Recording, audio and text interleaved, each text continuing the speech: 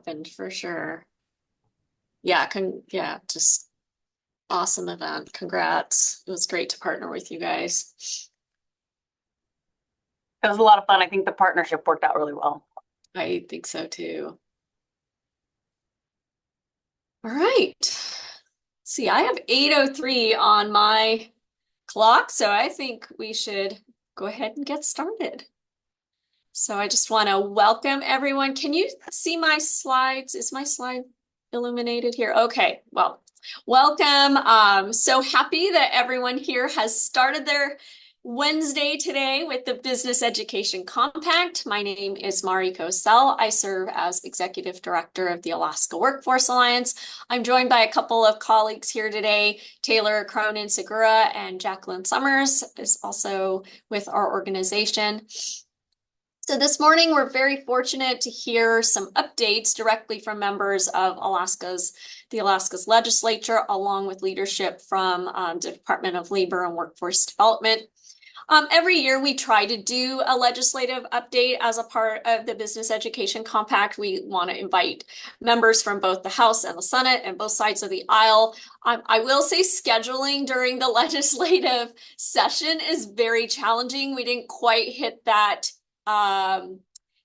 even mark with representation, but we are just so grateful for the speakers today that were able to join us, that took the time out of their really busy schedule to speak to us. And we really look forward to hearing their perspectives on current legislative priorities and workforce developments this morning. But first, a little few housekeeping. Again, I want to welcome everyone to the Business Education Compact, or BEC. The purpose of our group is to bring together leaders from industry, from education, training, economic sectors, and making sure employers have a voice in workforce strategies, and trainers and educators are also really well connected with all of our industries. If we like to know who you are and where you are coming from. So if you would go ahead and click on your little participants link and edit your name to include your name and your organization, that'll give us a good idea of who you are, where you're coming from. And if you have an idea for a future Business Education Compact session, please email us. We've got Taylor's email up here. You could also contact me, Mari at alaskaworkforcealliance.org. And if you did not receive the notice for today's meeting, it probably means you are not signed up on our BEC listserv. So please sign up. It's very easy. Go to alaskasafetyalliance.org and find the Alaska Business Education Compact link and just click on the join the BEC list. We record all of these sessions. The recording can be found on our website, so please check that out. We've been doing something new over the last few months, which is highlighting whatever the trends issue is for the month. And this issue's Alaska Economic Trends is about births and deaths. So the recent analysis of the Alaska Department of Labor's Trends magazine points out one of the quiet drivers of population change in our state is the narrowing gap between births and deaths. Alaska still has more births than deaths, but births have fallen from over 12,000 births annually in the 1980s to about 9,000 today. And while deaths have risen as our population ages, and that shift has real implications for workforce development in our state. And so it's a very interesting issue. I urge you to sign up to get that issue in your inbox every month if you don't already, and check. So just go ahead and check that out. The website's on there if you want to learn more about what's in this issue of Trends magazine. All right. We always start the session with a safety moment. Anybody have a safety moment with us? For us?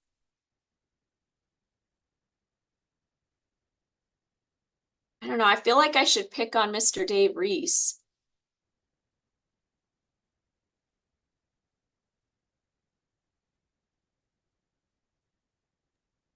I can go ahead and throw out one Okay, quick. all right. Take us away there, Taylor. So, one of the things that I've had to remind myself, despite being an Alaskan for my entire life, I have to make sure I'm not overconfident when it comes down to walking on ice, especially when it comes down to moving and helping folks move. So, in the event that you're in a circumstance where you're helping folks move items, especially from one place to another, please ensure you have cleats or anything of that nature, or sand to make the ground a little bit easier to walk on, because I have experienced a couple of close calls fairly recently, so please ensure that you're safe on the ice, because yeah, you don't want to have any silly moments happen.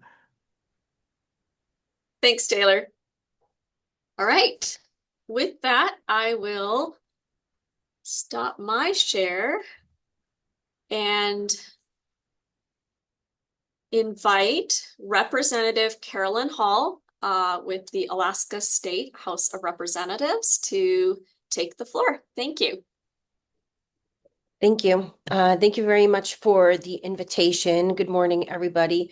For those of you who don't know me, my name is Carolyn Hall, and I'm in my first term as a legislator representing West Anchorage, the Trinidad, Spenard, and Sand Lake neighborhoods. I am also co-chair of the House Labor and Commerce Committee with Representative Zack Fields. I don't have prepared remarks necessarily, but I thought maybe the update could be some of the issues that we've been tackling in labor and commerce. Talk just briefly about the Rural Health Transformation Program, the gas line, healthcare costs, and my policy priority. So a lot of what our committee has been focusing on this year so far is about the increased cost of healthcare. And that's healthcare in general, not just healthcare, not just health insurance costs. They're both inextricably intertwined. So we've been examining and talking to folks in the health insurance industry. We've been talking to small business owners. We've been talking to healthcare professionals. And so we've had, I think, 4 hearings on this topic so far. In one of our most recent hearings, we were discussing basically what are other states doing when it comes to the possibility of a public option? Is that something that would work for Alaska? It might be challenging for Alaska when it comes to potentially having a public option for health insurance because our population is so small. But we wanted to hear from other states to see what their experiences have been, and to start exploring whether this conversation should continue for us in Alaska. So that's been something that we've been spending a fair amount of committee time on. Another topic that's been discussed regularly in the legislature is the Rural Health Transformation Program. And that's the $252 million that's coming to Alaska. And the way in which we're going to be able to deploy those funds.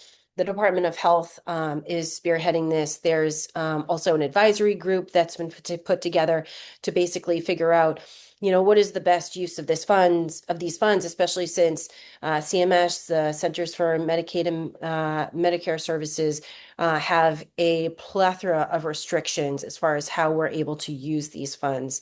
The challenge that we're going to have is that this is a 5-year program, and we are not going to be able to have funding for whatever it is that we put these funds towards, like after those 5 years. So whatever it is, whatever programs or projects that these funds are going to be deployed to, what happens after that money runs out is the big challenge. So the Department of Health, from conversations that I've had with them, they've been talking about looking at improvements to soft infrastructure to basically help break down IT silos when it comes to sharing medical records. But I'm sure there are plenty of other ideas that are going to be coming their way as applications roll in, as people pursue this grant opportunity. But again, the biggest challenge is how are these programs going to become sustainable after the 5 years? I I'll let Representative Fields speak to this since this is his bill in particular, but HB 352 takes on 4 out of the 5 compacts that are basically required in the RHTP as far as I get like it's a policy provision. So in order for us to get full funding from the federal government when it comes to RHTP, there are certain policies that we have to pass in order to not be doxxed when it comes to that funding that's available for us. So again, that's HB 352. Representative Zack Fields sponsored that bill. We heard it last week, or was that Monday? I can't keep track of time when I'm here in Juneau, but we heard the bill recently, and we're hearing the bill again today.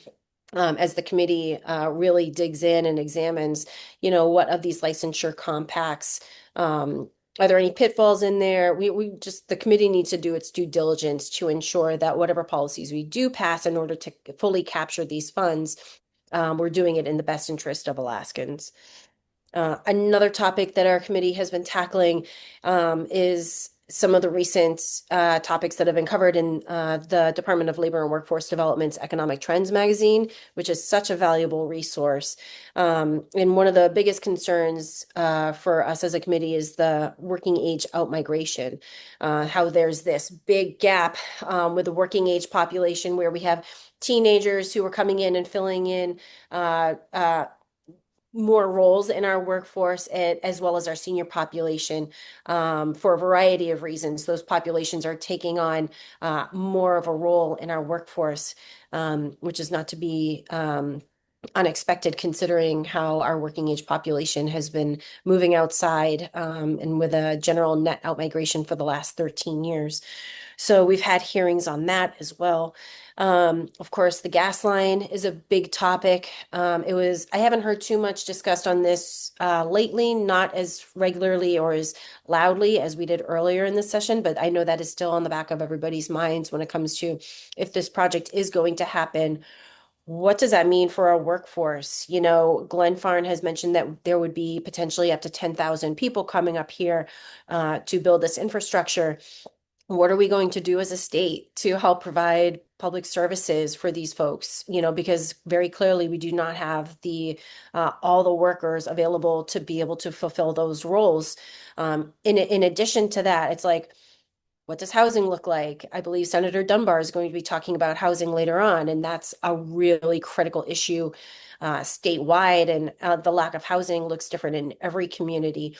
So if we don't have the housing now, what is it going to look like if we have all these employees coming up? Where they're going to live? But not only that, with our public education system being what it is, and our lack of ability to fund them adequately, in my opinion, over the last number of years, what does that do to our public education infrastructure?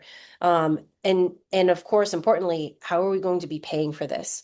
Because we do not have a direct tie from Alaskans and outside employees tied to the economy since we don't pay taxes. So where does the money come from for us to be able to support all of these public services that are going to be in very high demand should the pipeline come to be? And, it's not just the pipeline either. There are a number of mining projects that in relative short order could be coming online. And what does that also do for, our public education system or our housing and other critical infrastructure that the public comes to expect? So that's been something that's been weighing on me as far as like how do we overcome these hurdles, and I'm very curious to hear from this group later on this topic if the opportunity avails itself. And I think lastly, I will bring up my policy priority in my office, which is HB 193, and what that does is update the unemployment insurance benefits. Those benefits haven't been updated since 2009. And so as a result of that, the Unemployment Insurance Trust Fund is dramatically overcapitalized. And the Department of Labor, as far back at least as August of 2024 in the Economic Trends magazine, has talked about how the fund is overcapitalized and how something needs to be done about that. And so part one of HB 193 would be to update those benefits, and then also allow the Department of Labor the authority to more or less inflation adjust those benefits year over year so that we don't go with such a gap of time between updates for those benefits for workers in transition. Part two of what HB 193 does is create a paid parental leave program. And what that basically does is creates new contributions from employees and employers that are already being taxed by the state for the unemployment insurance trust fund and for the STEP and TVEP program, and basically creates a new contribution from those existing funds to create a paid parental leave program. And I could get further in the weeds on that, but maybe I'll spare you for now, but I'm happy to perhaps come back another time to discuss that bill. I would like to acknowledge Director Paloma Harbour, who's on the call. She's been wonderful. She and her team have been wonderful to work with in helping us like model different scenarios to ensure that no matter what, if 193 is to pass, that the Unemployment Insurance Trust Fund would remain solvent and available for all Alaskans to access should they need it. So with that, you've probably heard way too much from me, and I'm happy to cede the floor.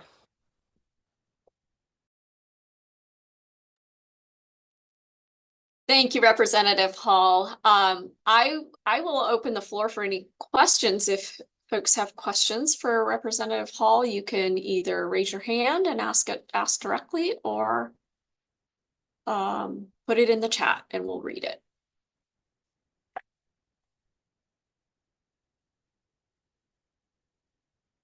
Well, I don't see any questions. Representative Hall, will you be able to stay on the call until I think you told us that you were hopping off about 8:55? It's probably going to be closer to about 8:45, and I might hop off and then jump back onto my phone so I can be in transit. But yeah, I'm happy to stick on as long as I can. Okay, thank you. Yeah, Folks thank have you. questions, then we'll find a way to find you. All right. Well, with that, I will now introduce Representative Zack Fields, who is on, and just here we go. Good morning. Hey, Maury. It's Hi. good to see everyone. Just in continuing off of Carolyn's comments, from a workforce perspective, the bill that she mentioned last, her bill, HB 193, is really the most important workforce bill that the legislature is considering this session. And it's important in several ways. Number one, I think most people on this call are aware that the maximum weekly benefit for unemployment insurance has not been updated for over a decade, and $375 a week as a maximum weekly benefit is not sufficient for people who work particularly in the construction, oil, and gas industry to make adequate wages across a calendar year. If you think about someone who works service transportation in the summer and pipeline work in the winter, and they are involuntarily laid off between the end of the summer construction season and whenever it's cold enough to do pipeline work, it is imperative that we increase the maximum weekly benefit just to sustain that workforce. The bill also increases the dependent benefit. So when you look at things like, do women have equal access to high-paying construction, oil, and gas jobs? Under current law, the dependent benefit is $25 per week. Try feeding a kid on $25 a week, much less buying diapers. So her bill also increases the dependent benefit. And, probably people on this call, I was just looking at the guest list, so nice to see a lot of y'all. People on this call would be aware of the distribution in terms of gender in Alaska in the construction, oil, and gas industry. And it's very unequal. And if we're going to have equal access for women and men to have these good jobs, we have to have an unemployment insurance system that works. Because again, these are seasonal jobs. People are involuntarily laid off. And we want people to be able to work these jobs and raise a family in Alaska. So when you look at both the update to the maximum weekly benefit, including the dependent benefit in Carolyn's bill, it's a really important bill. And then she mentioned parental leave. We do have this temporary surge in oil revenue because of the war. I don't think that is likely to last much into fiscal year 27, which begins in July. So we have to budget from really a status quo ante, i.e., before the war against Iran. And what that means is we don't have a ton of general funds to use for additional programs. It's critical that we inflation adjust school funding. Otherwise, we risk putting the Anchorage School District into a death spiral, which has profoundly negative effects on our economy. But Carolyn's bill with paid parental leave, I really look at as the one opportunity to make Alaska a more family-friendly place to live and work. And we are able, mathematically, using the actuarial modeling done by the Department of Labor, and yes, thanks Paloma and to her coworker Lennon, who have done that modeling, we are able to establish a paid parental leave program without burdening a single Alaskan or a single company with any additional tax contributions. And that can be done through what's called a diversion of funds that previously went into unemployment insurance and would now go into a paid parental leave program. And I encourage you all, if you're interested, to look at the PowerPoints that are available on House Bill 193 on the AKLEG website. And they walk through how you can sustainably do a diversion and fund a paid parental leave program while ensuring that unemployment insurance funding remains robust under any foreseeable market conditions. Low unemployment, high unemployment, even COVID type shocks to our economy. So I want to commend that bill. And then just returning to schools, we're 13 years now into outmigration out of the state of Alaska. More people continue to migrate out, and a slightly higher birth and death rate is barely keeping our population roughly constant. And that population, by the way, is very unevenly distributed across the state. So we have long-term population declines in Southeast Alaska. We have long-term population declines in Anchorage. That's obviously extremely unhealthy economically. And as a working age parent, my observation is defunding of schools is the primary driver of outmigration, because we have a bunch of parents who are saying, I can't justify raising my kids here. And when I listen to business owners and people who recruit, there are a lot of parents who are refusing to move here because of underfunded schools. So you have banks, oil and gas companies, construction companies that are trying to recruit people to move to and live in Alaska, and they cannot recruit people from the lower 48 because people in the lower 48, parents look at the school system, say, I can't move here with a middle school age kid and send my kid in a classroom with 36 kids. Parents aren't going to do that to their children. Parents are not involuntarily going to neglect their children in a school district that is blatantly unconstitutionally underfunded. So, we have a diverse legislature and some challenging politics, particularly around the permanent fund dividend. But it is imperative that we at least keep pace with inflation for school funding this year, because that is foundational for every industry and having a stable workforce. I don't want to go on too long because I know you'll have a bunch of speakers, so I'm happy to answer any questions or delve into other issues if you're interested in that.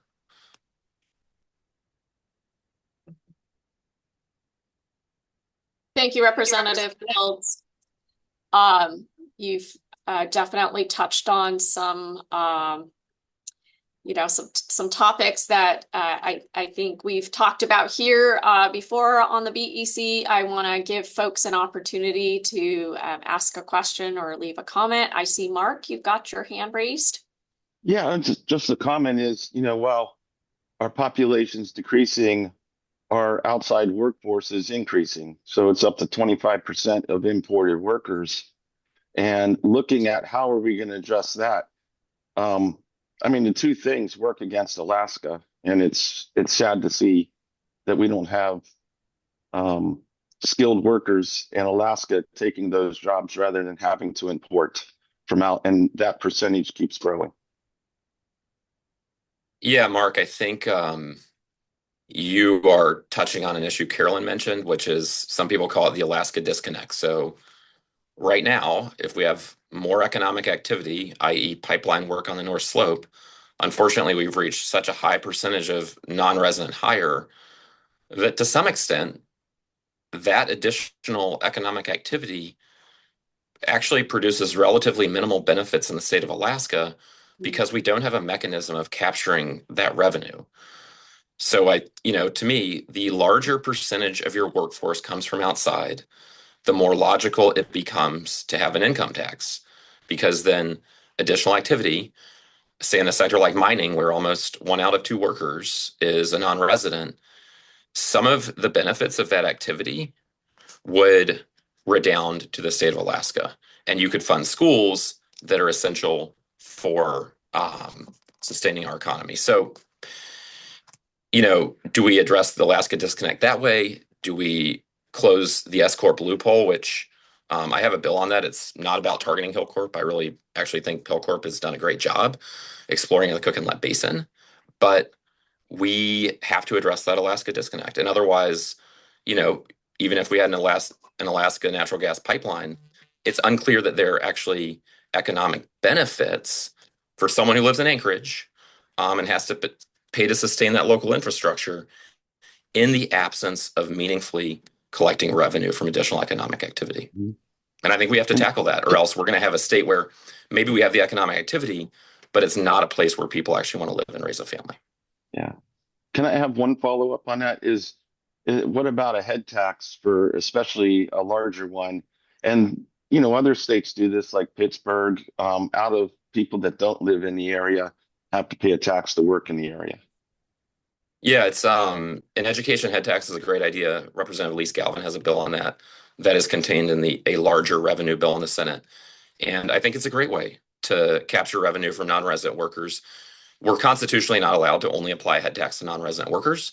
But I think if you have a progressively structured head tax of, say, people earn $75,000 or $100,000 per more, the effect is people who have disposable income, who live in state, are generally happy to pay it because it sustains your school system, and it does also capture non-resident worker income. So yes, I think that's a logical way to address this Alaska disconnect and ensure that economic activity drives quality of life benefits and supports the local workforce.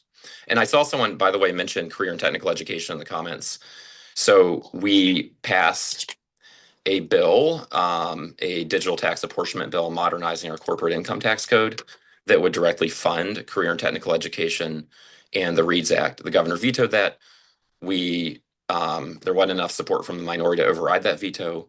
We are trying to take another crack at passing that bill because that would be a mechanism to fund career and technical education. And, when you look at the decades-long erosion in school funding, CTE has really borne a lot of the brunt of that. And we need to restore funding for CTE, passing that corporate tax modernization, which essentially captures more revenue from highly digitized companies, is again a logical way to reinvest in our own community, frankly, with money that is right now going entirely out of state. So why would we not do that?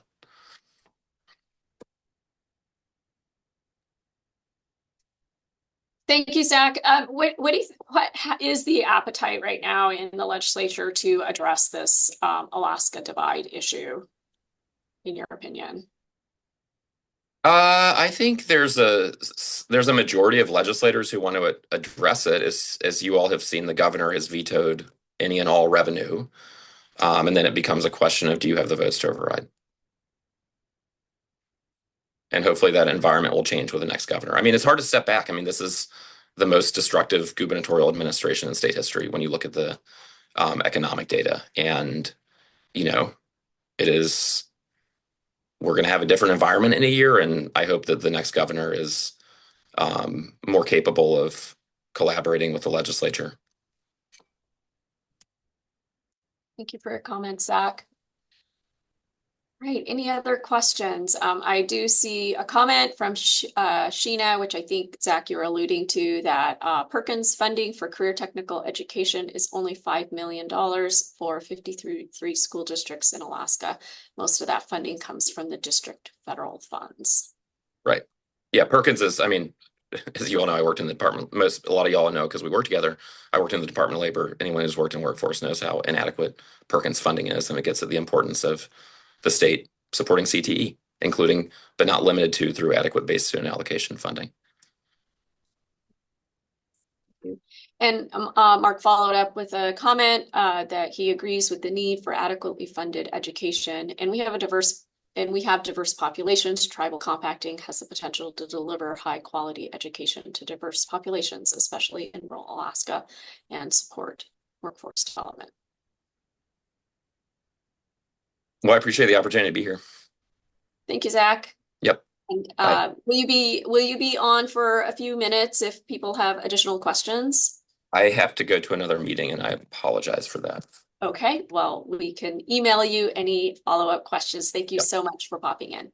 Good to see you. Bye. All right. Bye. Okay, now we will invite Senator Dunbar to be spotlighted and take a minute to do that. Welcome, Senator Dunbar. You have the floor. Thank you. Thank you for having me.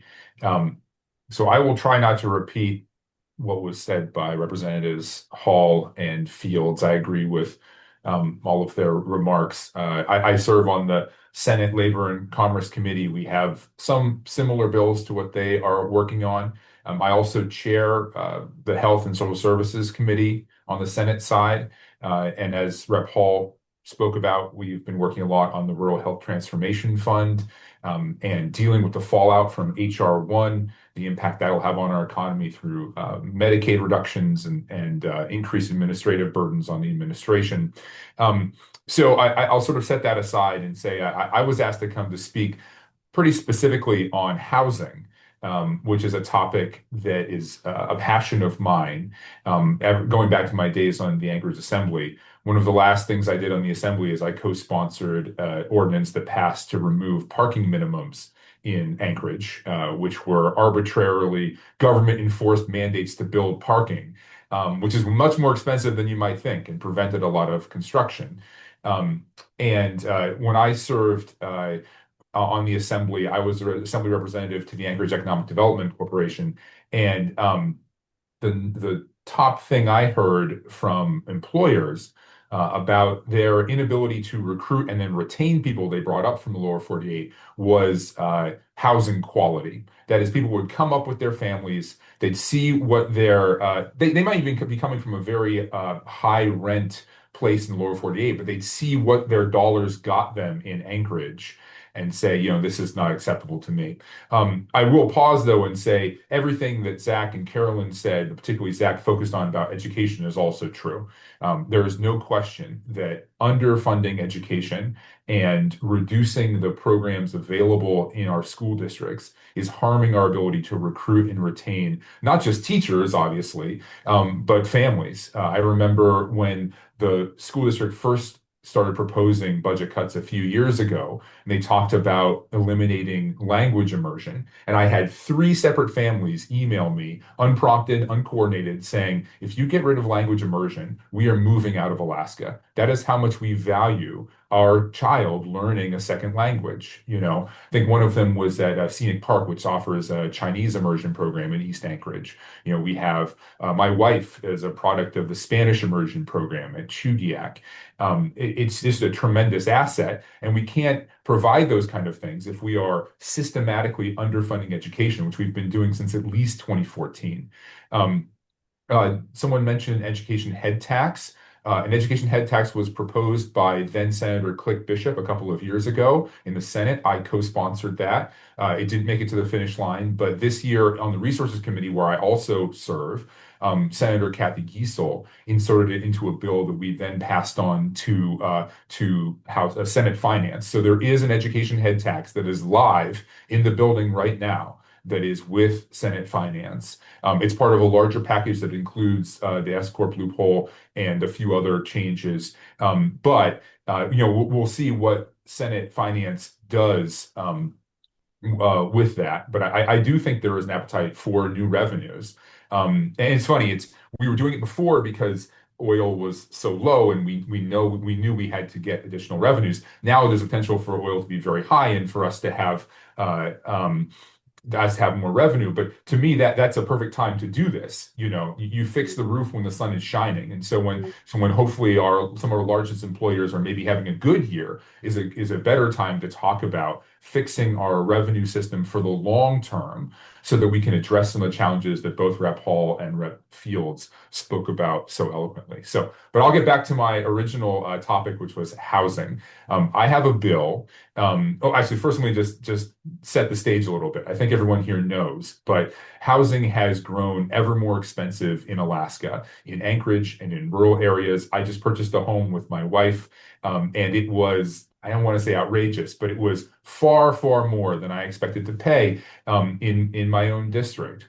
And it is one of the main drivers, I believe, of outmigration. Young families find it very difficult to purchase attainable housing that is adequate to their needs. And it is primarily driven by a supply side deficiency. That is, we have not built enough housing for the last 25 years at least. If you look at housing starts in Anchorage, they have precipitously declined, particularly in what they call the starter home market. We basically stopped building homes under 1,400 square feet about 20 years ago. And so when people say like, oh, well, don't buy that big expensive home, go buy a small, starter home. The truth is we stopped building those. And so there are very few of those, and those also are very expensive. But of course, we're not just talking about homes, we're talking about housing units. And our rental market is also very tight. Our condo market is also very expensive. And it's because it's so difficult to build multifamily housing in Alaska. It is very difficult to make those projects pencil because of our high labor costs, our high costs for products, for materials, for some of our land constraints. There's a variety of reasons why it is very difficult. And our regulatory environment, frankly, we made some, particularly in Anchorage, we made some choices 30 years ago that made it, and continuing in the decades followed, that made it very difficult to build housing. And now we are, I think, turning a corner and starting to pull back on some of that without sacrificing safety. You don't have to sacrifice building safety to do it. But there are ways to change your zoning code in particular to make it easier to build. Now, my bill has to do with the Alaska Industrial Development and Export Authority, ADA. My bill would allow ADA to do multifamily housing loans. I have spoken about this bill with AHFC and with ADA, and they agree that there is a segment of the market, a particular product that they could offer that is competitive. This idea was actually originally brought to me by Debenham, who is a developer in Anchorage. He's one of the few developers that's actually built multifamily housing that isn't a nonprofit like CHA. CHA does amazing work, but we need to have a functioning housing market, private market as well. And so my bill passed a couple of years ago, passed the Senate, and this year it has passed the House. Rep. Story carried that bill and is now in Senate Finance, where my bill has sort of ended up this year. And so it's currently with Senate Finance. I think it has the opportunity to pass this year. And again, it would incentivize ADA or allow ADA to build workforce housing, older multifamily housing. And I'll say, why is ADA a good vehicle for it? Well, ADA is supposed to develop our industry and our export. You cannot build industry in Alaska without building housing. I mean, imagine if Graphite 1, or when Graphite 1 goes in near Nome, for example, it's going to create intense housing pressure on Nome and other communities in that area. We need to have a concomitant construction of housing for those workers and other people associated with that mine. Of course, it's not just mining, it's not just oil and gas. Whenever we have industrial development in Alaska, even if it's the service industries, we have to have places for those people to live. I mean, look at Alyeska. Alyeska took it upon themselves and built their own housing for their workers because the housing market was so tight in Girdwood. And so this is not a silver bullet, but it is part of the solution. And if you have ideas for me on other ways to encourage housing construction in Alaska, I am all ears. I have passed a couple of housing bills in the last 2 years. Again, it's a continuation of the work I did on the Anchorage Assembly, and it will continue to be a passion of mine until everyone in Alaska can find affordable, attainable housing. And with that, I'm open to any questions on that or any other topic.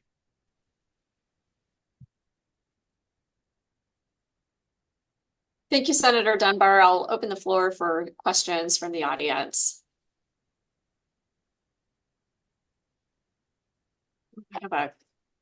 We have a quiet BEC this morning. think we all need to sip some of our coffee. I'll ask you, Senator, what do you see as what are some of the challenges that you're facing in regards to the passage of this bill? What are some of the naysayers saying? And what's your response? That really only one group has come out and opposed. So the Alaska Municipal League has come out in favor. A number of local governments have come out in favor. Housing, home builders support it. Obviously, everyone involved in construction supports it. I will say the banking industry has opposed it because they don't want to be, in their view, undercut by ADA offering more competitive rates. And my counter argument to them is these kind of home loans really aren't being, for multifamily housing construction, aren't being offered right now. That is really the challenge that Debenham and others have come to me with is they can't get the financing for these things. They can't make them pencil. And so I think it can be done without appreciably harming our banking industry. And to be honest, the banking industry sort of opposes any time ADA gets involved in private markets. But that's what ADA is for. ADA helps with road construction, helps with mining projects. It also helped with TCC and other healthcare nonprofits 15 years ago. They've been talking about helping finance data centers. In fact, we had the commander of Eielson Air Force Base and a number of other military officials in my office just a few days ago talking about their desire to build through a federal program, basically very long-term leases for housing construction on military land outside of Eielson. And they suggested that we could change ADA's statutes to allow ADA to help finance those projects.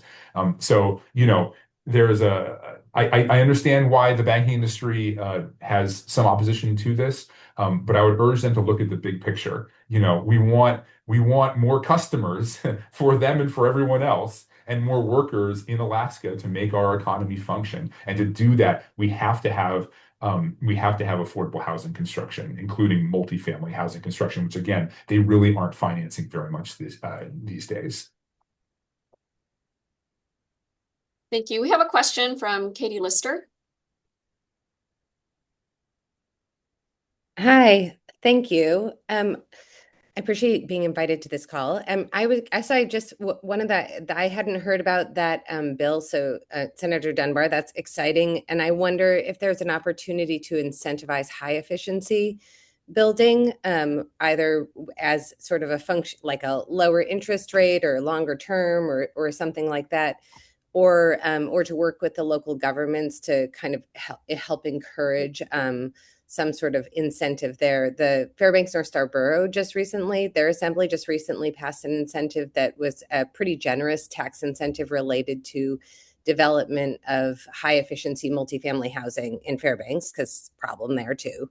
But so I think I wasn't sure if if the sort of quality of building had been explored as part of this conversation.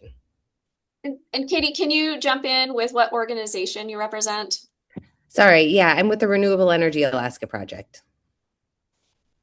Very good. So my bill doesn't contemplate that specifically. And I'll say that the state government's mechanism for that, as you probably know, is really the weatherization program through AHFC. So AHFC does do that kind of work. But in terms of incentives, property tax incentives, I think you're right to identify. So Fairbanks North Star Borough did that. I think the municipality of Anchorage and other local governments that have property taxes, I think is probably the right place to do that. That being said, I'm certainly not opposed to it. If there's a way for the state government to help with that, I think it makes sense, particularly when you look at the inevitable increase in natural gas prices in South Central. And by the way, that's going to impact rural Alaska too, because of the way the PCE works. So, I think that's a laudable goal, and it's certainly something that we could consider at the state level. I think it probably would be easier to effectuate at the local level where people currently levy property tax. Thank you. We have another question. Is it Camille with Coastal Helicopter? Yes, thank you. Yes, my name is Conil and born and raised here in Juneau, so a little bit away from Anchorage. And I guess my question is on the topic of housing, and a little bit of background about me. You know, my fiance and I are planning to get married here in a year's time, actually a year from today, actually, so March 11th, 2027.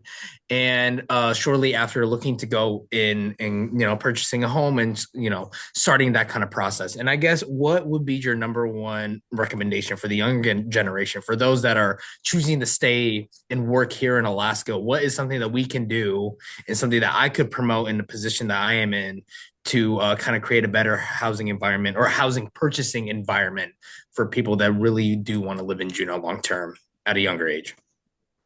Well, thank you for the question, Kunil. I could give you a flippant answer and say something like pray, because it's so hard to find housing in Juneau. And I'm currently in Juneau, I rent an apartment here. But Zack mentioned it, Representative Fields mentioned it. Southeast Alaska has a long-term population decline. It's worse than almost anywhere else in Alaska. And one of the main reasons is because they resisted housing construction for a long time. So you have older folks resisting building more housing. You also have a shortage of land, buildable land, because you're sort of pressed between the mountains and the ocean in many places. I know I grew up in Cordova, which has very similar geography, and it's very difficult to build housing there.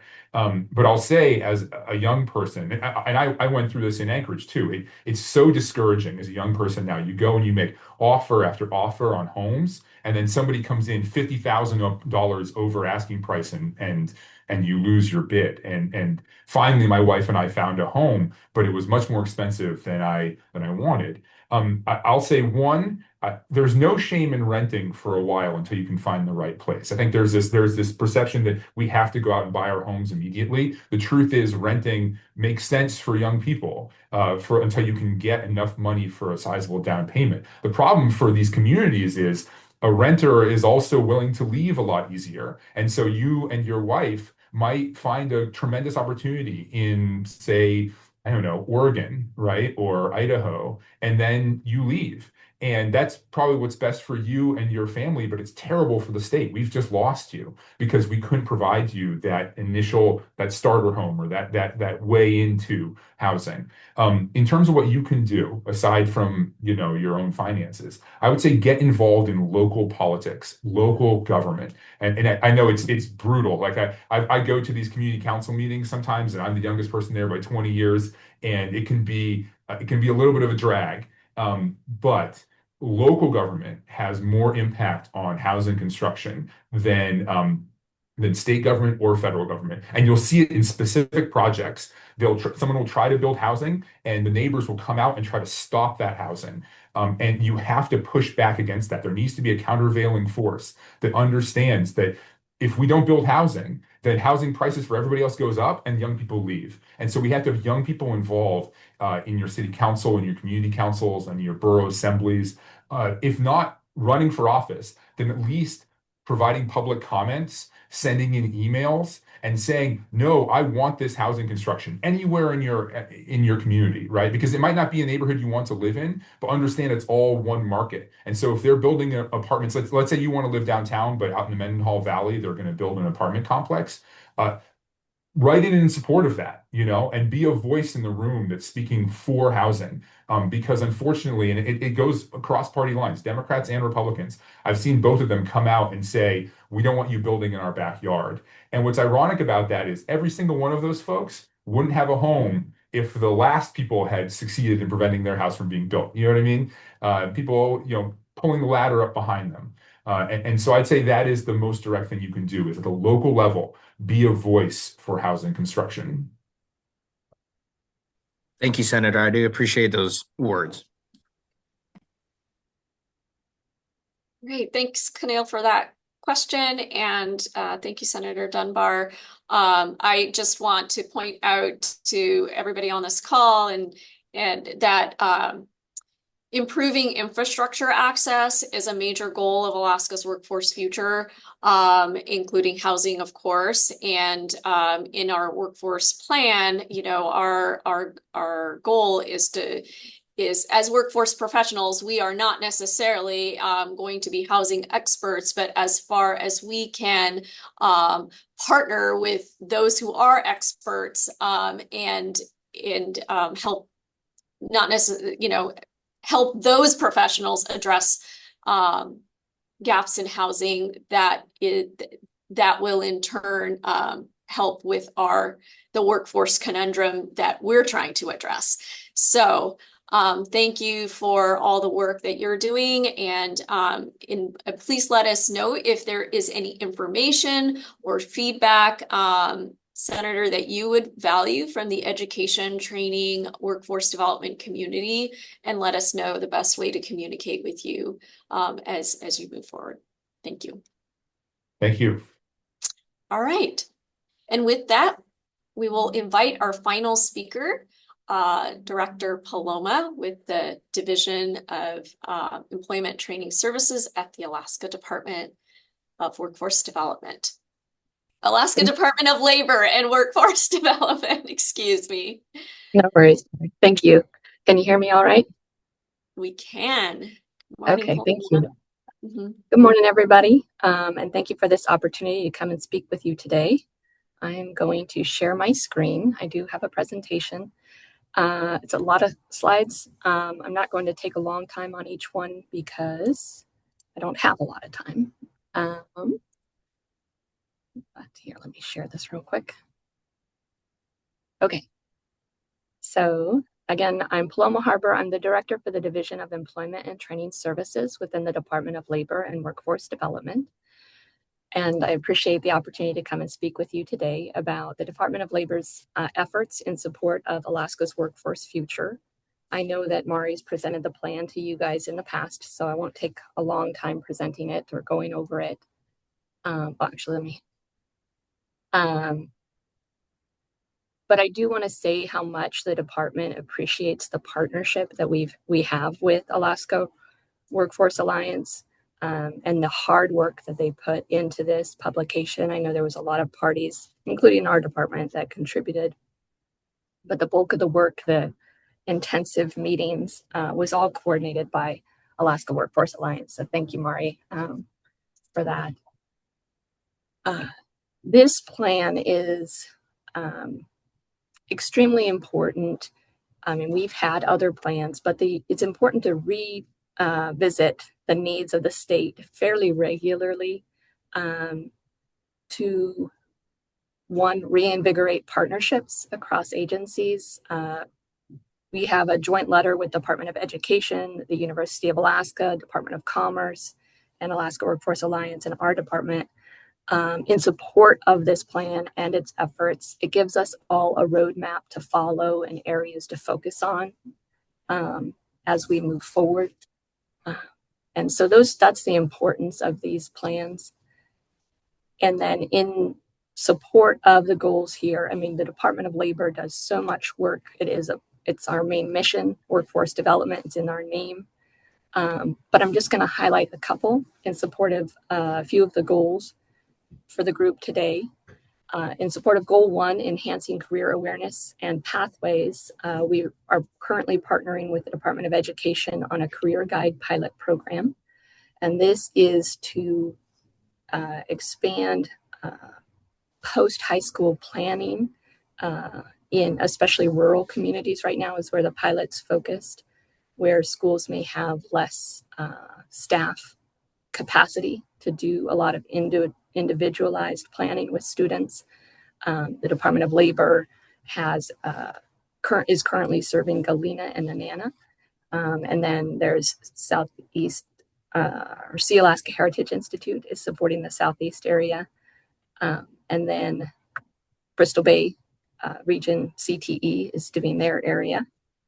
So again, focus kind of on rural areas and providing that one-on-one planning in support of students, high school seniors specifically. And it's just a start. We have seen a lot of interest at the school district level in expanding this potentially next year. More to come on that. Some efforts within my division in this area of enhancing career awareness and pathways is we coordinate with local schools on youth-focused job fairs and local employers too. And recently we implemented a career club in Kodiak. Our Kodiak Job Center is working with the Kodiak Economic Development Corporation on a career club where they're taking turns hosting students from the local high school. And then we also go into local schools and assist with resume assistance and mock interviews and other things, especially in advance of a youth job fair. So those students come prepared with their documentation and ready to be interviewed if they need to on the spot. And they feel prepared going into those events, which I know can be a little daunting at times for kids. In the area of developing a skilled and qualified workforce, I've got just a couple highlights here. We have not covered here our Division of Vocational Rehabilitation, which focuses on disabled Alaskans, and they do a fair amount of work with disabled youth and local schools. I didn't cover that. There's just not enough time to cover everything we do. There's also competitive grants through our Alaska Workforce Investment Board that they give out that helps develop a skilled and qualified workforce. But of note here that I did include are some things that we've done. We've added or expanded our industrial electricity and plumbing programs at the Alaska Vocational Technical Center, or AVTech, in Seward. Paloma, can you share your screen? I don't think we're seeing your screen. Oh no. Okay, I'm gonna try again. You were seeing it, but it went away for some reason. So let's try that again. Okay. I'm sorry. I've been speaking to nothing. Wonderful. No, we're all good. Okay. So we expanded our industrial electricity and plumbing programs at the Alaska Vocational Technical Center, or AVTech, in Seward. We added a new industrial machine and maintenance program at AVTech. And through the Alaska Job Center Network, which I oversee, we've provided employment and training assistance to 1,702 Alaskans just in the last fiscal year. In support of Goal 3 of the plan, which is retain Alaskans and attract new Alaskans, we opened the Office of Citizenship Assistance, which served over 250 legal immigrants in the first year. And that is, as we talk about the workforce needs in Alaska, we need to be ensuring that we're using all available resources. That's re-entrance. We do a fair amount of work with corrections. It's our new citizens through the Office of Citizenship Assistance. We're working with employers to help them understand the importance of this workforce and helping the workers bridge the gap to employment. We are also reducing barriers for new electricians and plumbers. This is the area that we as a department have jurisdiction over for licensing. So it's what we focused on. We expanded reciprocity to 30 states across the country that have similar requirements to us. And then we implemented provisional licensing for those with a license under another jurisdiction for up to 1 year.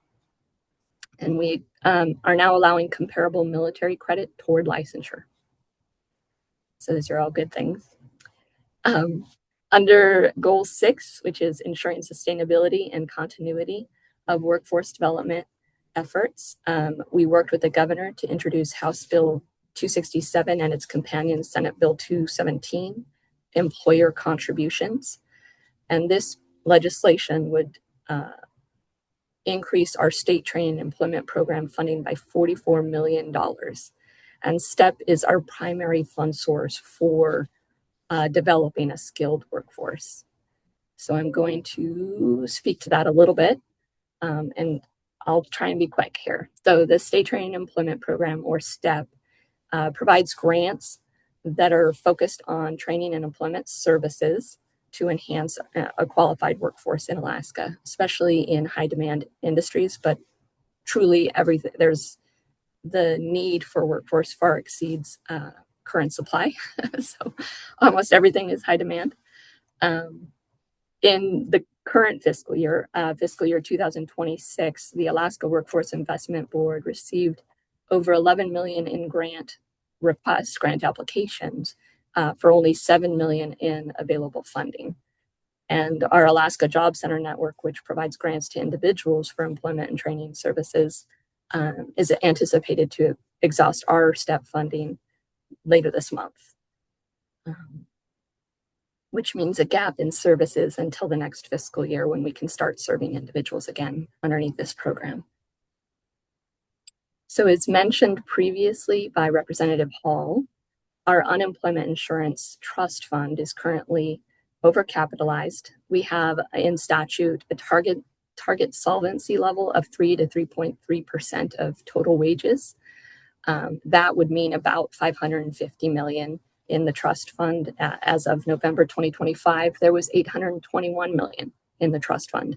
So that's $274 million more than the statutory target would warrant.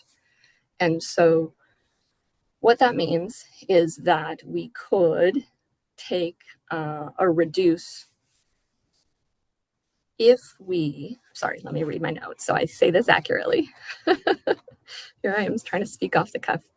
Assuming no change in economic conditions impacting either wages or benefits, the trust fund could go without any contributions from employers or employees through 2040, that's 14 years, and still exceed the target solvency level by 1 whole percentage point, which is millions of dollars. So I just wanted to mention that because the bill that we've proposed with the governor would result in less money going into the trust fund and more money going into training programs, the state training employment program specifically. So this is the current tax flow chart for unemployment insurance, for STEP, and for TVEP. I haven't mentioned it previously, but it's the Technical and Vocational Education Program, or TVEP.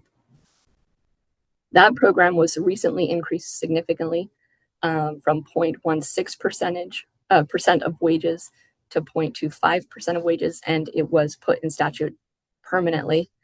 So that's great. That's a great thing for our training programs, training providers across the state.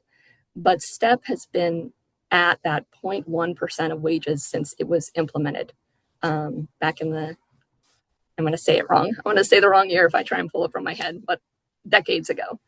And it hasn't been increased. The taxable wage base that it applies to does increase over time. It's based on the average wage in Alaska, but it's a modest increase in funding over time. And so this is the current flow chart. We've got employers contributing to unemployment taxes. We've got employees contributing to unemployment and STEP and TVEP. Currently, we don't have employers contributing to the training programs. And that is what House Bill 267 or Senate Bill 217 would do. It would have employers now start contributing a 0.4 percentage point tax to the STEP program, which, as I mentioned, would be about $44 million in contributions. And we're not wanting to increase the tax burden to employers, so it would allow their UI tax rate to go to 0, and it would create the new tax to STEP. And then when the trust fund needed the contributions to come back to the UI system from employers, that STEP contribution would go down dollar for dollar. As they contribute to UI, they would no longer contribute to STEP, because again, we didn't want to overall increase the tax burden. So this would be the new flow chart. I did include in here a projection of what this would look like through calendar year 2040. This shows the new employer STEP revenue, the existing employee STEP revenue, and then the total, and what that would mean for training programs across the state and individuals that we can serve through the Job Center network. And then it shows the UI side of things. And if you look here, this is the reserve ratio. That's that target solvency factor that I mentioned. And we're just starting to get to the 3.3% by 2040. And that is then when employers would then have to contribute again to UI, which is what you see here with that increase in revenue. And it would mean that they're contributing a little bit less than they would have otherwise to STEP, because now they're contributing again to UI. But that's a projection of what it could look like under current economic conditions.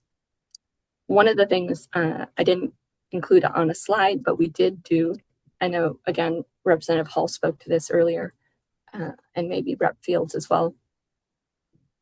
But this is purely looking at the revenue side of things and the training side of things. That is the focus of the department at this point. We are wanting to implement a lot of initiatives to help further support the Workforce Future Plan. And this is our funding source for that. So again, that's why we focused on that. But the other side of the coin, which again, they spoke to earlier, is the benefits side. And that has not been increased since 2009. And there is a lot of interest, especially in the legislature, on increasing the benefits. So we did model a benefit increase, maybe not as aggressive as what is currently proposed in House Bill 193, which is the bill Representative Hall spoke to. They would take the current maximum weekly benefit of $370 and increase it to $817, which is a significant increase and not really tied to an inflation adjustment of the current benefit or wages, average wages in the state. So we would probably propose a more modest increase. If benefits were increased, we might propose taking the maximum weekly benefit and increasing it by to align with the taxable wage base. And that would mean increasing it from $370 to $470. So that would align both the benefit side and the tax side to the average wage in the state. And they could then move in concert together over time. The other option would be maybe to increase it to inflation adjust it from when it was last increased in 2009 and continue with inflation adjustments moving forward. And that would result in taking the maximum weekly benefit again from $370 to $525. And in both of those scenarios, again, this bill could work. It would just mean that as we draw more from the UI trust fund for benefits at a higher level, employer contributions, the reserve ratio would reach the 3.3% more rapidly, and employers would then have to contribute back to the UI trust fund earlier, right? So in under the 525 model, which is the highest model, again, that we think makes sense, we'd reach the 3.3 level in calendar year 2032. And even under that scenario, in 2040, tax rates would reach 0.7%, which is lower than the 1% current statutory minimum. So employers would still overall be seeing a savings in their taxes over the long term. So any questions on this? Thank you for that wonderful overview, Paloma. We do have a question in the chat just about the STEP grant program. Could you talk a little bit about the STEP program in terms of, I think from the grantee perspective is what I'm catching here, and if, yeah, or perhaps there's somebody else on the call from the Department of Labor that's an expert on STEP as well. I don't know that there is anybody else on the call that's an expert in STEP. I can try and help answer questions on the granting portion. Is there specific things I'm not seeing? Yeah, I think the question was who's eligible to apply for STEP funding. Oh, okay, yep. So it's employers and or training providers that are wanting to develop a workforce. They have and I'm gonna misspeak or something. So there's any number. I didn't include it as a slide, but I actually have it. There's over 30 grant recipients currently. They're union, non-union, not-for-profit. They're, all sorts of organizations. Employers, like I said, ASRC is a current grant recipient, and it's just to develop a workforce for projects they're working on. And we're helping cover some of that cost. Again, it's not 100%. They have to contribute. There's a cap on the amount. So some of the things that we're running into right now is, again, due to a limited amount of funding, you can't I think we limit it to one application per entity. If not, maximum we can award per entity is 400,000 total. And then there's a cap per participant of $10,000. So if, let's say, an employer is wanting to do a bunch of CDL training to bring on new people, we know that that exceeds that current cap of $10,000. So we can help defray some of the cost that they're experiencing, but it won't be 100%. But any other questions on the actual competitive grants? The Alaska Workforce Investment Board is your best resource reference for that. Actually, Jeff, are you on? Yes, ma'am. Did you want to clarify anything I might have misstated? That's fine. Again, I'm Jess Deepro. I'm the Assistant Director of the Alaska Workforce Investment Board. And I actually just put into the chat from the recently released RGA that defines eligible applicants for the STEP funding program. Thank you, Jeff. That's perfect. Oh, that's a good point. I should have said that. Right now, the solicitation for the upcoming state fiscal year is out. And hopefully that's included here, Jeff. I will make sure Mari gets the link so she can put it out to the BEC members. That'd be awesome. Yep. Happy Jeff, to do I that. just put the link in the chat. I just sent it out to my grantees yesterday, so I had it handy. Thank you, Wendy. You're welcome. All right. Any other questions for Paloma? I think our other speakers had to leave to attend to other meetings, but any other questions for Paloma?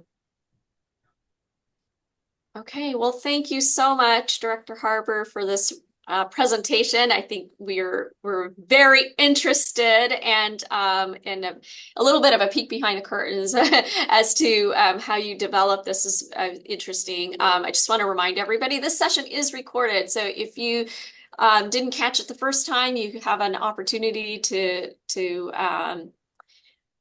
just revisit the recording and hear the remarks again.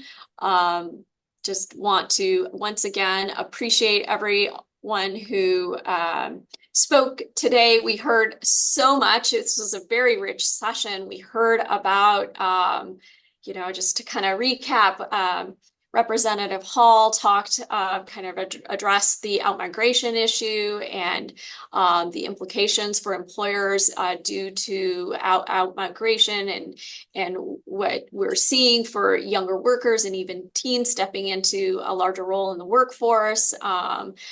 She talked about the healthcare workforce and the rural health transformation project. We heard a lot about housing and the need for affordable housing and the work that's being done in collaboration with AIDA to address these housing issues from Senator Dunbar.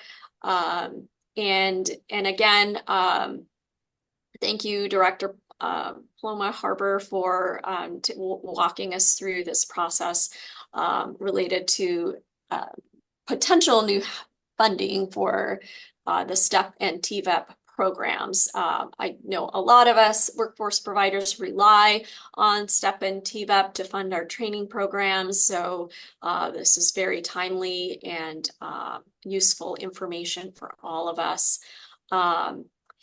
Any final questions from folks before we close our session? All right. Well, thank you, everyone. Feel free to reach out separately if you have any questions. There's the video. Yes, so it just take us a couple of days to download the video and post it on the website. Taylor, you're usually pretty quick with that. Do you have a sense of when you think the recording will be available on our website? Yes, once the recording has been finalized, it takes about a few hours for it to finish up. It'll be ready if earliest will be end of today, and then latest will be by tomorrow. Okay, well, thanks, Taylor, for taking care of that for all of us. I think everybody's maybe interested in rewatching some parts of these. It's a very interesting session. All right. Well, have a wonderful Wednesday, everybody, and we will see you the second Wednesday of April. Goodbye.